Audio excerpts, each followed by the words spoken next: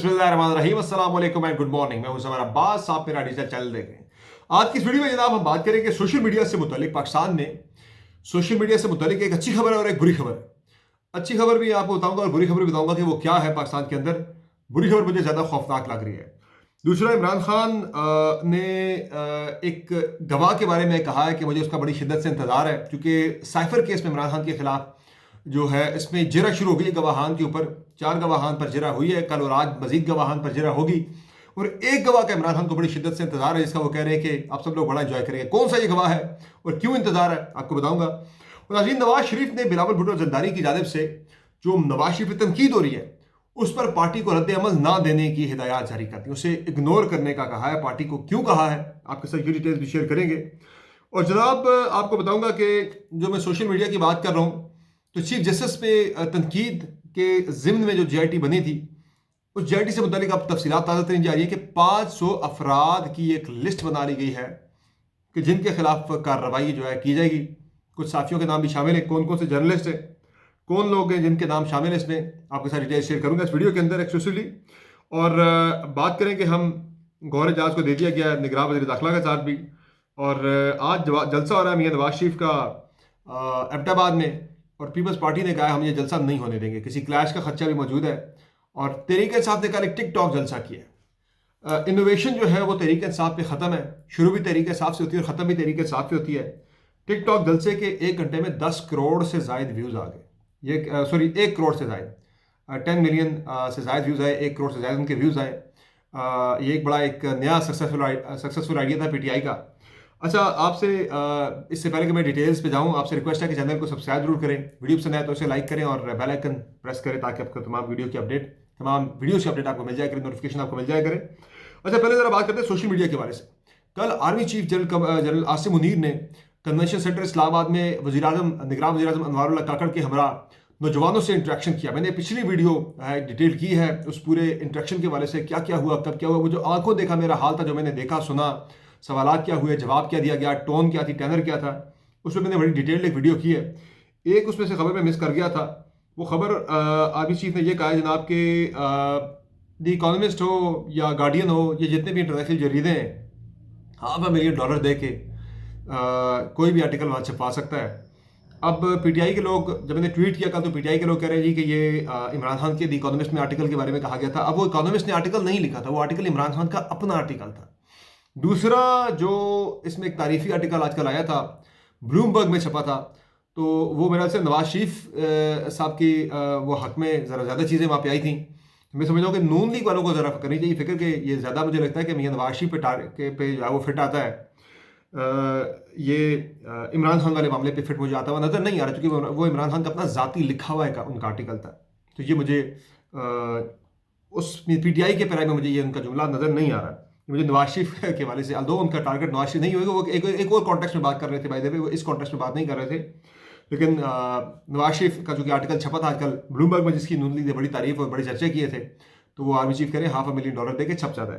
अच्छा, मैं social media की बात करता हूँ। सोशल मीडिया की जो ऐप्स हैं और इंटरनेट की बंदिश के वाले से, जो रिसेंटली हमने पाकिस्तान ने एक्सपीरियंस किया है कि इंटरनेट बंद कर दिया गया, सोशल मीडिया ऐप्स बंद कर दी गई, जब तहरीक इंसाफ पाकिस्तान में वर्चुअल जलसा कर रही थी। उस पर जिब्रान नासिर ने एक पटिशन की थी, PP 110 से, ये गालिबन उम्मीदवार हैं सिंध में। इन्होंने एक पटिशन की थी सिंध असम्बली में, तो सिंध हाई कोर्ट में। तो सिंध हाई कोर्ट ने इस पर अपना फैसला जारी किया है और पाकिस्तान टेली कम्युनिकेशन अथॉरिटी को, PTA को पाबंद किया है कि इलेक्शन तक सोशल मीडिया ऐप्स की बंदिश से बिल्कुल PTA को जो है पाबंद कर दिया गया कि आपने नहीं करनी। और इंटरनेट की भी अनइंटरप्टेड, यानी कि बिला तअत्तल जो है इंटरनेट की फराहमी शहरियों को, सार्फिन को जो है वो बरकरार रखने का हुक्म जारी किया गया है कि अब आप इंटरनेट बंद नहीं कर सकते। ये सिंध हाई कोर्ट का ऑर्डर मौजूद है। जो करेगा अगर, तो उससे फिर तौहीन अदालत, उसके खिलाफ तौहीन अदालत की कार्रवाई होगी। ये एक अच्छी खबर है सोशल मीडिया के वाले से। तो जो बुरी खबर है वो भी आपको सुना देता हूँ। बुरी खबर यह है कि कल जो मैंने आर्मी चीफ की गुफ्तगू सुनी, उन्होंने कोई 18-20 मरतबा सोशल मीडिया के खिलाफ बड़ी खुल के अपनी राय का इजहार किया कि सोशल मीडिया पाकिस्तान के अंदर जो है वो क्योस और अनरेस्ट क्रिएट कर रहा है और बहुत ज़्यादा जो है वो उनका डिसइंफॉर्मेशन फैलाई जा रही है, यूथ को काफ़ी ज़्यादा ख़राब किया जा रहा है। तो मुझे उनकी राय से ये लगा कि कार्रवाई होने वाली। और मैं आपको बता चुका हूँ कि पहले भी एक बहुत ही हाई जो है प्रोफाइल एक पाकिस्तानी ऑफिशियल ये कह चुके हैं। मैं आज नाम भी ले लेता हूँ, मुझे नाम लेने में कोई मज़ाक़ा नहीं है। लेफ्टिनेंट जनरल नदीम अंजुम साहब जो कि DGISI हैं, उन्होंने आज से कोई महीने 1.5 महीना पहले बताया था, तकरीबन 1.5 महीना पहले उन्होंने बताया था कि एक डिजिटल फायरवॉल जो है पाकिस्तान में क्रिएट की जा रही है। इंटरनेट के हवाले से, सोशल मीडिया के हवाले से पाकिस्तान अपनी पॉलिसी लेकर आ रहा है। जिस तरह उन्होंने कहा डिजिटल फायरवॉल इंडिया ने भी क्रिएट की हुई है, डिजिटल फायरवॉल जो है वो गल्फ कंट्रीज़ ने भी क्रिएट की हुई है। तो हम भी पाकिस्तान के इंटरेस्ट में अपने उन्होंने कहा था, उनके वर्ड्स थे कि हम अपने वर्चुअल और अपने फिजिकल जो हमारे बॉर्डर्स हैं उनको हम ज़रा उनको ज़रा हार्ड करेंगे, हम उनके ऊपर ज़रा सख्ती ज़्यादा करेंगे। तो इस वाले से मैं आपको ये भी बता रहा हूँ, उन्होंने बताया था कि आने वाली जो असेंबली है उसमें कवानीन भी पास होंगे, रेगुलेशंस बड़ी सख्त आएंगी और उसमें यानी कि तरमीम करके कवानीन के अंदर जो है कवानीन को मज़ीद सख्त बनाया जाएगा। वैसे भी आजकल आप देख रहे हैं कि कार्रवाई एक हो भी रही है, उससे पहले भी पीका एक्ट एक मौजूद है, prevention of electronic crimes act. इसमें यह हुआ है जनाब के जो मौजूदा चीफ जस्टिस हैं, जस्टिस काजी फाइज ईसा, उन पर तनकीद के रास्ते बंद कर दिए गए हैं। काजी फाइज ईसा पर जो रिसेंटली तनकीद हुई, पर्टिकुलरली 13 जनवरी को जो तहरीक इंसाफ का भले का इंतखाबी निशान का फैसला था, उस ज़िम्न में भी तकरीबन हज़ारों अकाउंट्स को देखा गया है और 500 अकाउंट्स को आइडेंटिफाई किया गया है कि जिनके खिलाफ केसेस कायम होंगे। GIT एक बनी थी 6 रुकनी, फिर बाद में उसमें नादरा के मेंबर को भी शामिल कर लिया गया था और अब केसेस बनने का मरहला आ गया है। 500 लोग शार्टलिस्ट किए गए हैं जिनकी ट्वीट्स और उनकी पोस्टें वगैरह जो है निकाली गई हैं।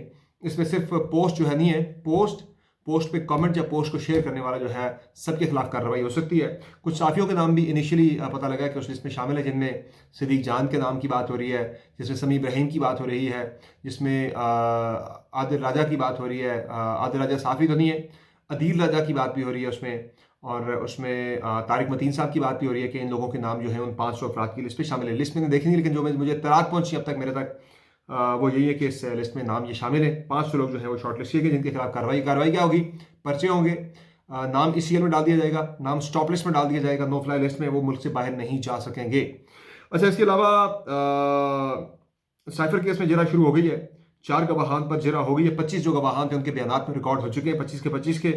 और इमरान खान साहब ने कहा है, आज ये केस जब रिज्यूम होगा तो मजीद गवाहान पर जरा होगी। तो इमरान खान साहब ने कहा है कि मुझे असद मजीद का बड़ा इंतजार है। उन्होंने कहा कि एक झूठ को छुपाने के लिए 200 झूठ बोले गए। उन्होंने कहा कि असल में तुम लोग उस वक्त एंजॉय करोगे जब असद मजीद की जब जिरा होगी, जब असद मजीद आएगा, जब उस पर जिरा होगी, तो उन्होंने कहा असल में तुम लोग तब एंजॉय करोगे। यानी असद मजीद के वाले से बहुत जो है पॉइंट्स इस वक्त खान साहब तैयार करके बैठे हैं कि वो जो उन्होंने उसने कहा भी था कि भाई साजिश हुई, साजिश का कोई वर्ड नहीं था साइफर के अंदर, लेकिन हमने इसे दाखिली मामलात में मुदाखलत का हमने कहा और डिमार्च भी किया। तो खान साहब ने पूछा भी था, भाई डिमार्च फिर क्यों किया आपने, अगर उसमें कोई ऐसी चीज़ नहीं थी, अगर दाखिली मामलात में मुदाखलत नहीं थी। तो उस पर ठीक ठाक किस्म की जो है मेरे ख्याल से वो जो हमारे फॉरेन सेक्रेटरी भी हैं इस वक्त, और इस वक्त अमेरिका में सफ़ीर थे खान साहब के दौरे हुकूमत में, जिन्होंने साइफर लिखा था, ये साइफर के खालिक थे। तो इनके हवाले से खान साहब ने कहा मुझे बड़ी शिद्दत से इंतजार है, तुम लोग बड़ा इंजॉय करोगे जब वो आएगा यहाँ पे। आज भी शमून जो नाम के गवाह हैं उनसे ये पूछा गया, आज बड़ी इंटरेस्टिंग, आज जरा कि इमरान खान के वकील ने उन्हें पूछा जी शमून साहब से जो गवाह थे इसमें, कि भैया आप ये बताएं कि जब साइफर गुम हो गया था तो क्या वज़ीर आज़म हाउस के बेसिकली गवाह है, तो क्या आपने IB को रिपोर्ट किया था कि ये साइफर गुम हो गया है? उन्होंने कहा जी हमने रिपोर्ट नहीं किया। तो उन्होंने कहा क्या आपका IB को रिपोर्ट करना नहीं बनता था कि या तहकीकाती इदारों को? उन्होंने कहा जी बिल्कुल बनता तो था हमारा। तो यानी कि ये वो फंसते जा रहे हैं बंदे साइफर केस के अंदर। खान साहब ने बड़ा इंटरेस्टिंग केस तैयार कर रखा है। अच्छा, बाकी इसमें जो मामला है जनाब, एक और चीज़ है साइफर में, मुझे ये लग रहा है कि अब चूँकि 25 गवाहान के बयान कलमबंद हो चुके हैं और तेज़ी से जरा भी शुरू हो चुकी है, 4 गवाहान पे जरा, 4 कल हुई थी, आज मज़ीद गवाहान पे जरा होगी।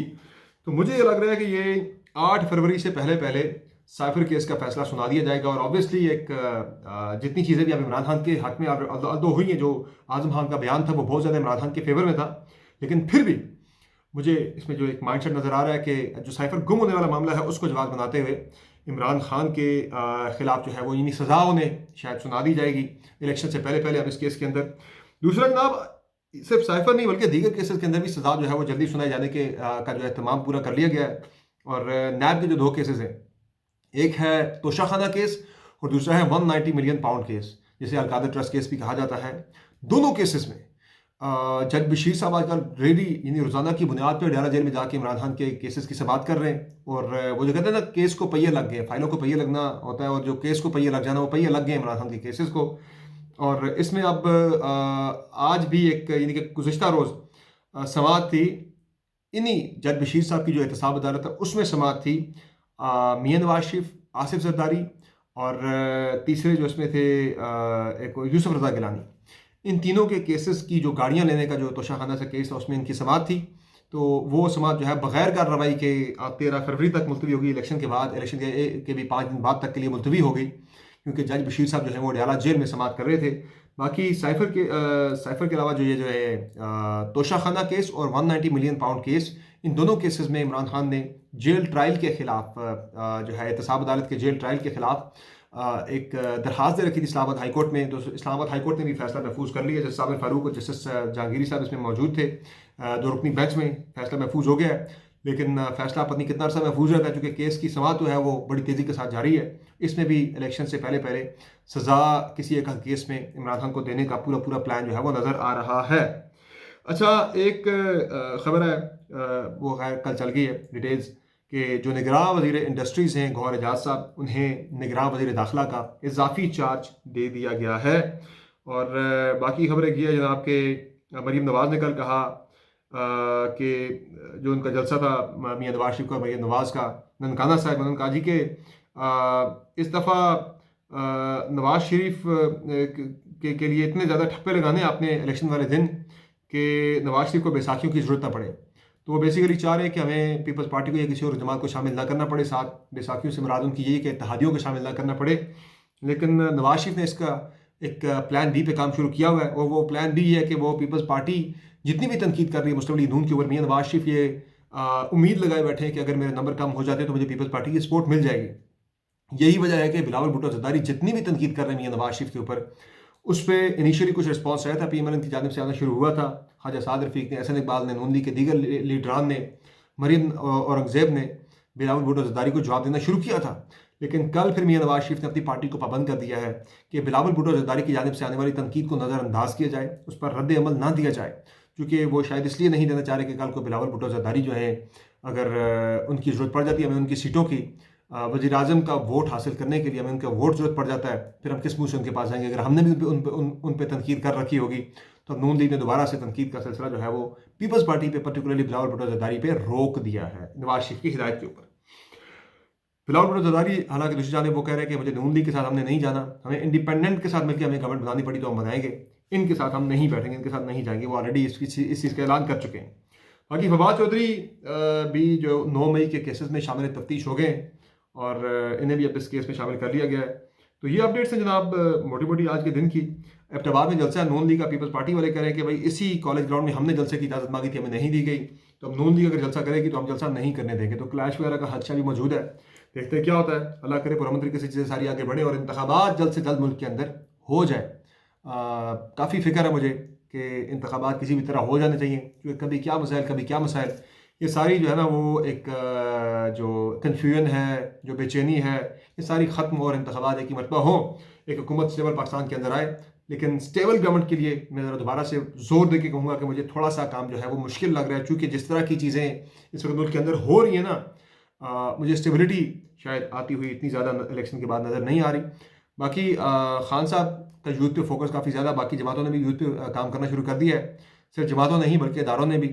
जिस तरह मैंने बताया परसों DGI ने यूथ के साथ इंटरेक्शन किया था, कल आर्मी चीफ ने किया, निगरान वज़ीर आज़म ने किया, और इसके अलावा शहबाज शरीफ साहब ने भी कल लाहौर में नौजवानों के साथ एक इंटरेक्शन किया।